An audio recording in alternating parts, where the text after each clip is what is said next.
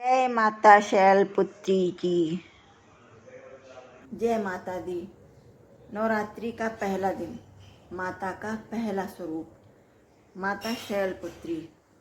शैलपुत्री माता नवरात्रि के पहले दिन पूजी जाने वाली देवी हैं। इन्हें पर्वतराज हिमालय की पुत्री माना जाता है, इसलिए इनका नाम शैलपुत्री पड़ा। शैलपुत्री माता का स्वरूप अत्यंत पवित्र और दिव्य है। इनके दाहिने हाथ में त्रिशूल और बाएं हाथ में कमल होता है तथा माता नंदी बैल पर सवारी करती हैं। इन्हें वृषारूढ़ा के नाम से भी जाना जाता है। नवरात्रि के प्रथम दिन शैलपुत्री माता की पूजा करने से भक्त के जीवन में स्थिरता, सुख और समृद्धि का आगमन होता है। यही देवी प्रथम दुर्गा हैं। ये ही सती के नाम से भी जानी जाती हैं। उनकी एक मार्मिक कहानी है। एक बार जब प्रजापति ने यज्ञ किया तो इसमें सारे देवताओं को निमंत्रित किया, भगवान शंकर को नहीं। सती यज्ञ में जाने के लिए विकल उठी। शंकर जी ने कहा कि सारे देवताओं को निमंत्रित किया गया है, उन्हें नहीं। ऐसे में वहां जाना उचित नहीं है। सती का प्रबल आग्रह देखकर शंकर जी ने उन्हें यज्ञ में जाने की अनुमति दे दी। सती जब घर पहुंची तो सिर्फ माँ ने ही उन्हें स्नेह दिया।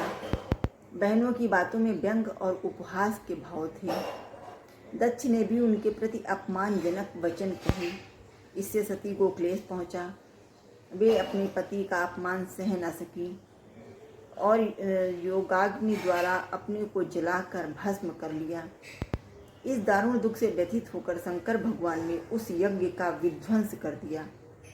यही सती अगले जन्म में शैलराज हिमालय की पुत्री के रूप में जन्मी और शैलपुत्री कहलाई।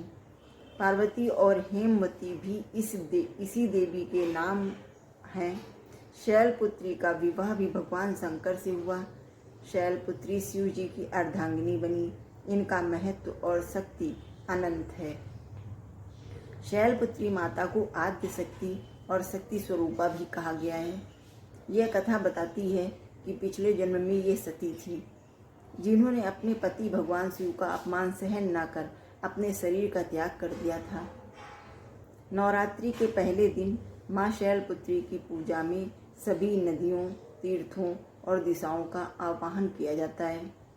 पहले से लेकर आखिरी दिन तक नवरात्रि की पूजा में कपूर का इस्तेमाल बेहद शुभ माना गया है। कहते हैं कि माँ दुर्गा की पूजा में कपूर के इस्तेमाल से उनकी विशेष कृपा भक्तों को प्राप्त होती है। माँ शैलपुत्री को सफ़ेद वस्तुएं प्रिय हैं, इसलिए नवरात्रि के पहले दिन माँ दुर्गा के शैलपुत्री स्वरूप को सफ़ेद मिष्ठान का भोग लगाया जाता है। इसके साथ ही उन्हें श्वेत पुष्प अर्पित करना बेहद शुभ माना गया है। जय माता दी। जय शैलपुत्री माता की।